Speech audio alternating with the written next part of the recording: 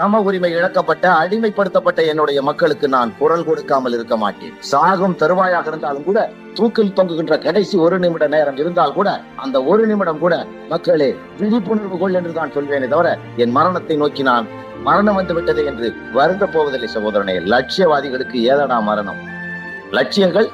லட்சியவாதிகள் அழிந்தாலும் லட்சியங்கள் அழிய போவதில்லை. என்றாவது இந்த சமூகம் விழிப்புணர்வு அடைந்தே தீரும். இந்துத்துவ எதிர்ப்பு பரப்புரை, சிறுபான்மையினர் பாதுகாப்பு என்றுதான் பேசிய அனைத்து கூட்டங்களிலும் இக்கருத்துக்களை மட்டுமே தொடர்ந்து முழங்கினார். தமிழகத்தின் எல்லைகளையும் கடந்து இந்தியா முழுவதும் அவரது குரல் ஒலித்தது. இந்தியாவையும் தாண்டி மலேசியா, சிங்கப்பூர், இலங்கை மற்றும் அமெரிக்காவின் பிலடெல்பியா பல்கலைக்கழகத்தில் அவர் ஆற்றிய நீண்ட உரையை பார்த்த அமெரிக்கர்கள் பாபாவின் ஆங்கில புலமையோடு கூடிய திருக்குரானை பற்றிய பரந்த அறிவையும் கண்டு வியந்தனர். அநீதியை கண்டால் கொதித்தியலும் இயல்பை கொண்டவர்.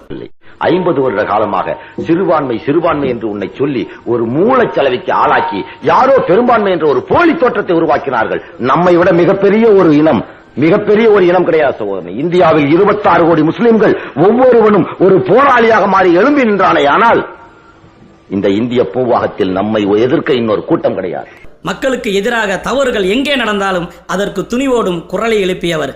தனது சட்ட நுணுக்கத்தால் பொதுநல வழக்குகளையும் தாக்கல் செய்து அதில் வெற்றியும் பெற்றவர்.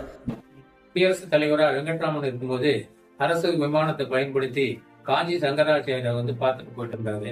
அதை தவறு.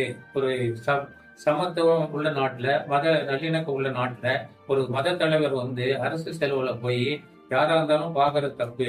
அதனால அவர் அரசு செலவு பண்ண 41 கோடி ரூபாய் நினைக்கிறேன். அந்த 41 கோடி ரூபாயை திருப்பி எழுதணும் அப்படின்னு சொல்லிட்டு அவர் வழக்கு போட்டாரு.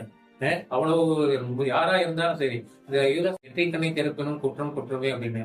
அந்த மாதிரி யாரா இருந்தாலும் தவறு செஞ்சவங்க யாரா இருந்தாலும் அவங்க சட்டத்தின் முன்னால் நிறுத்தணும்னு சொன்னாரு.